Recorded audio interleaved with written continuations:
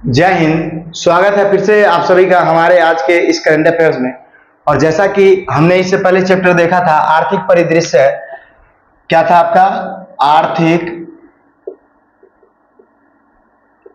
परिदृश्य। तो वही का ये पार्ट 2 है आपका। क्या है? पार्ट 2। और इसके बाद ये खत्म हो जाएगा, क्योंकि इसमें आपको हम जैसा कि बताए थे कि इसमें बहुत सारे क्वेश्चन अभी भी बचे हुए हैं। तो इसके लेकर मैंने इसका शुरुआत किया और आपको हम समझाते हैं। और समझिए कि ये सभी के सभी बहुत ही इंपॉर्टेंट इस पर लिखे गए हैं। कोई भी ऐसा नहीं है कि जो एग्जाम में नहीं आएंगे, आपको सभी पॉइंट ही इंपॉर्टेंट है। और ये ऐसा पॉइंट है कि यहाँ से जब सवाल आते हैं तो बहुत सारे छात्र से बनते नहीं, क्योंकि इसको टफ समझ के छात्र इग्नोर कर देते हैं। तो आपको ऐसा बिल्कुल नहीं करना है। अगर आएगा तो आपसे कंफर्म बनेगा। तो चलिए हम शुरुआत करते हैं और इस वीडियो को आप शुरू से लेकर लास्ट तक देखिए। बहुत सारे ऐसे भी छात्र हैं वीडियो क्लिक करते हैं, आप देखते नहीं है। कोई दिक्कत नहीं है, वैकेंसी आएगा तो इसका कीमत आपको खुद ब खुद पता चल जाएगा। जो देखते हैं वो आपसे तो आगे हो ही जाएंगे, बाकी आपकी मर्जी। तो हम आपसे यही रिक्वेस्ट करते हैं कि वीडियो आप क्लिक करके छोड़िए नहीं, कम से कम पूरा देखिए, समझे। तो चलिए हम बात करते हैं आगे। क्या है आपका पहला कि आरबीआई ने हर पेमेंट डिजिटल लॉन्च किया है। मतलब जितना भी पेमेंट हो वो डिजिटली पेमेंट हो, ये आरबीआई भी चाहता है, समझे। जितना भी पेमेंट हो वो क्या हो, डिजिटली पेमेंट हो। देखो डिजिटली पेमेंट का हमें कहीं ना कहीं लाभ में मिला है। एक सेकंड आप फुल कीजिए। देखिए अगर हम बात करते हैं तो ये जो डिजिटल पेमेंट है इसका हमें लाभ भी देखने को मिला है। इसके पीछे कारण ये है कि इसकी अगर हम बात करते हैं तो देखिएगा पहले क्या होता था कि ट्रेन वगैरह में अगर कोई मतलब अगर कोई मजदूर व्यक्ति या कोई किसान व्यक्ति चाहे कोई भी बाहर से आता था तो उसको चोर लुटेरा पैसा लूट लेते थे, ये होता था। लेकिन अब ये चीज बंद हो गया, क्योंकि लोग ऑनलाइन पेमेंट भेज देते हैं, जो कमाते हैं वो ऐसा होता नहीं है। लेकिन हाँ, ऑनलाइन से चोर तो कभी समाप्त हो नहीं सकता है। अब थोड़ा दूसरे टाइप का फर्जीवाड़ा होता है कि आपके मोबाइल पर ओटीपी आएगा, आपके मतलब अकाउंट से पैसा उड़ जाएगा, ऐसा सिस्टम आ गया है। नेक्स्ट अगर हम बात करते हैं अगले का, तो देखिए केरल भारत का पहला डिजिटल बैंकिंग राज्य बना। ये बहुत इंपॉर्टेंट है और ये कई एग्जाम में आ भी चुका है। केरल जो है भारत का पहला डिजिटल बैंकिंग राज्य बना है। आगे हम बात करते हैं कि आईटीसी लिमिटेड दुनिया की तीसरी सबसे मूल्यवान तंबाकू कंपनी बनी है। आप याद रखिएगा आईटीसी। आईटीसी इसका फुल फॉर्म आप सर्च कर लीजिएगा, हमें तो पता नहीं है। तो अगर हम बात करते हैं आईटीसी लिमिटेड का, तो दुनिया की तीसरी सबसे मूल्यवान तंबाकू कंपनी बनी है। इस बात को आप ध्यान रखिएगा। तो तीसरी कंपनी बनी है तंबाकू की, तो देखिए 3 अक्षर के नाम हुआ आईटीसी। नेक्स्ट अगर हम बात करते हैं अगला आपका कि भारत का विदेशी मुद्रा भंडार बढ़कर 6 से 17.3 अरब डॉलर हुआ है। मतलब विदेशी मुद्रा भंडार, हम मतलब कि देखिए जो विदेश का मुद्रा है वो हमारा बढ़कर कितना हो गया, 617.3 अरब डॉलर। और ये काफी अच्छा माना जाता है, क्योंकि इसी की वजह से देखिएगा कि बीच में श्रीलंका डूब गया था पूरा का पूरा, क्योंकि श्रीलंका में कोरोना को लेकर टूरिस्टर गए ही नहीं थे। मतलब वहां पे जो श्रीलंका का मेन कमाई है वो टूरिस्टरों से है, पर्यटकों से है, जो अन्य देशों से जाते हैं। तो जो मतलब विदेशी डॉलर है या विदेशी रुपया है वो श्रीलंका को बहुत ज्यादा मिलता है और उसी से उसका इकोनॉमी चलता है। तो कोरोना वायरस की वजह से वहां बहुत लोग गए ही नहीं थे, वहां बाढ़ भी आ गया था। इस वजह से हुआ क्या कि उसका धड़ाक से नीचे गिर गया इकोनॉमी और लोग वहां पे बहुत ज्यादा आक्रोश करने लगे थे। उसके बाद आंदोलन भी चलने लगा था और दूध वहां हो गया था 300 रुपये 400 रुपये किलो, चावल हो गया था 100 रुपये किलो। तो इसी वजह से हुआ था, समझे। विदेशी मुद्रा भी नहीं घटना चाहिए। ऐसा नहीं है कि हमारे देश के अंदर अगर रुपया है तो रुपया बहुत सारा है तो उसी से हम सब चीज करें, नहीं। विदेशी मुद्रा भी होना चाहिए, क्योंकि ये मुद्रा भी हमारे लिए बहुत जरूरी है।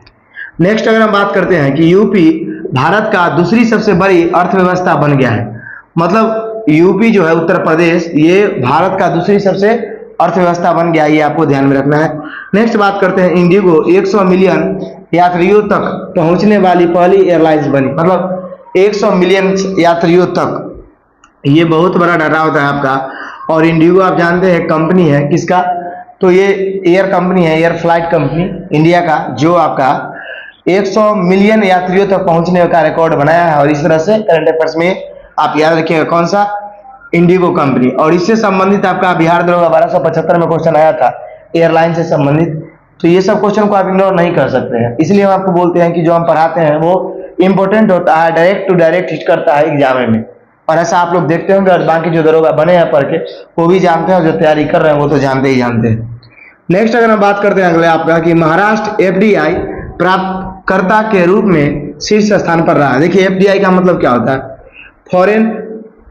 उसके बाद हम आपको बताए थे उस दिन, इससे पहले के वीडियो में, कि जो फॉरेन में कमाई होता है विदेश में, उससे कौन सा स्टेट सबसे ज्यादा, या हमारे भारत के अंदर जो रुपया कमा के लाते हैं मतलब विदेश से हमारे भारतीय, तो उस भारतीयों की संख्या सबसे ज्यादा किस स्टेट में है, तो वो महाराष्ट्र में। इसको आप ध्यान में रखिएगा। महाराष्ट्र एफडीआई प्राप्तकर्ता के रूप में शीर्ष स्थान पर रहा है। हम आपको बताए थे उस दिन कि फॉरेन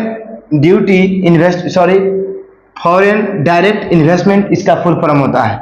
नेक्स्ट अगर हम बात करते हैं अगला कि शहरी क्षेत्र में बेरोजगारी 7.2% से घटकर 6.6% हो गई है। मतलब आप देखो कि पहले जो शहरी क्षेत्र था, जैसे में आप महाराष्ट्र देखिएगा, महाराष्ट्र तो ये हो गया, मुंबई देखिएगा, लखनऊ देखिएगा, उसके बाद आप चेन्नई हो गया, कोलकाता हो गया, तो ये सब सभी शहरी क्षेत्र है। इंदौर हो गया, गुजरात का सूरत शहर हो गया, ये सभी के सभी कैसे हैं, शहरी क्षेत्र है।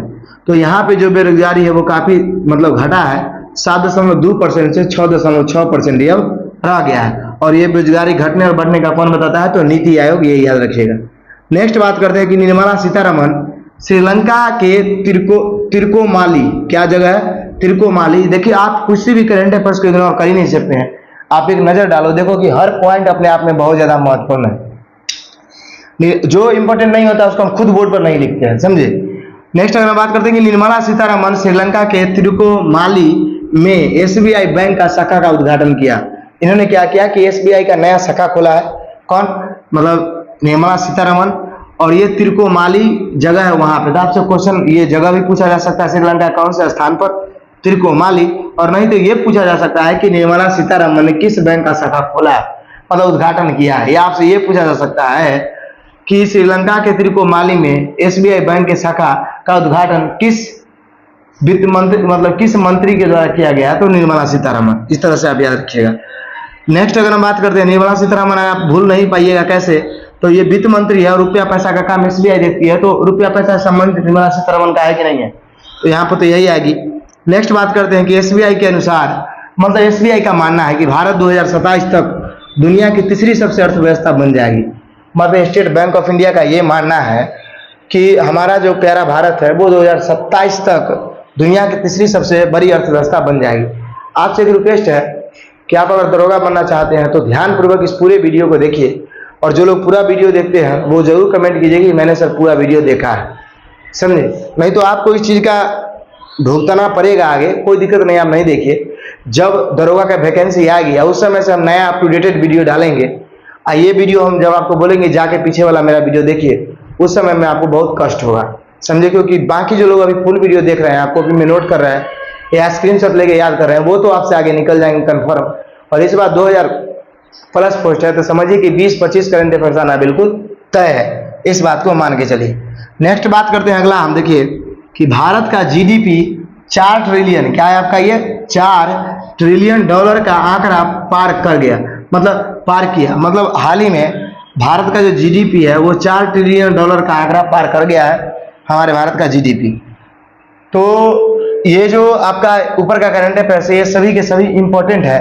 अब देखिए कभी कभी आप देखते होंगे ये प्रश्न आते हैं आपके एग्जाम में, लेकिन आपसे बन नहीं पाते हैं, तो उसी का मैंने जुगाड़ निकाला है। और देखिएगा कि हमारे भारत के अंदर जो कंपनियां हैं, बहुत सारी विदेशी कंपनी और देसी कंपनी भी होती हैं, जो भारत के जीडीपी का आंकड़ा करती है कि भारत का जो जीडीपी आंकड़ा है ये 2023 से 24, 22 से 23 और 23 से 24 में इतना से इतना बढ़ने का चांसेस है। और वो कंपनी का नाम एग्जाम में रहता है, आप वहां पे गड़बड़ रहते रहे भैया पूछ क्या रहा है, तो देखिए यही जो पूछ रहा है वो आपको तुरंत पता चल जाएगा। जैसे में ये क्वेश्चन पूछा गया है, मूडीज रेटिंग एजेंसी, ये वर्ल्ड लेवल पर है, मूडीज रेटिंग एजेंसी, इसका मानना ये है कि भारत की जीडीपी जो वृद्धि का अनुमान है वो 2022-23 में 6.8% है। कितना है, 6.88% है, जो 2023-24 में 6% रहेगा। ये किसका मानना है, मूडीज रेटिंग एजेंसी का। आशा करते हैं आपको समझ में आया होगा।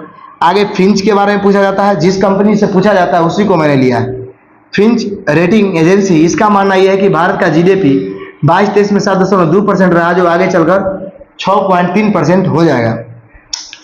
आगे देखिए इंटरनेशनल मॉनेटरी फंड, ये अंतर्राष्ट्रीय मुद्रा कोष होता है इसका फुल फॉर्म, के द्वारा क्या किया गया है, तो ये 7.2% आपका 2022-23 का जीडीपी दर बताया गया है इसके द्वारा, और 2023-24 में 6.7% रहने का अनुमान आईएमएफ के द्वारा लगाया गया। तो ये तीनों का तीनों महा इंपॉर्टेंट, इसको आपको ध्यान रखना है। इधर हम आते हैं वर्ल्ड बैंक पे, तो ये भी काफी इंपॉर्टेंट है। वर्ल्ड बैंक के अनुसार 2022-23 में जीडीपी रेट कितना रहने वाला रहा था, तो इनके अनुसार 6.9% और 2023-24 के अनुसार 7.5% रहने का चांस है। ये वर्ल्ड बैंक का मानना है भारत का जीडीपी वृद्धि दर।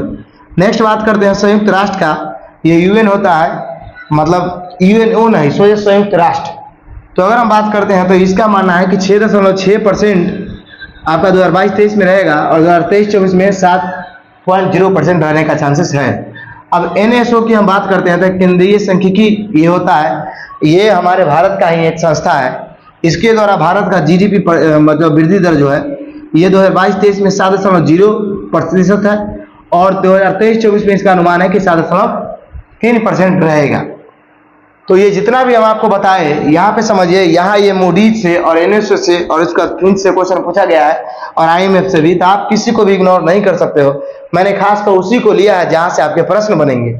ऐसे बहुत सारा कंपनियां थी, 4-5 और कंपनियां थी, मैंने उसको बिल्कुल नहीं लिया, क्योंकि जब भी सवाल फंसेंगे तो आपके इसी से फंसेंगे। आप इस बात को ध्यान में रखिएगा।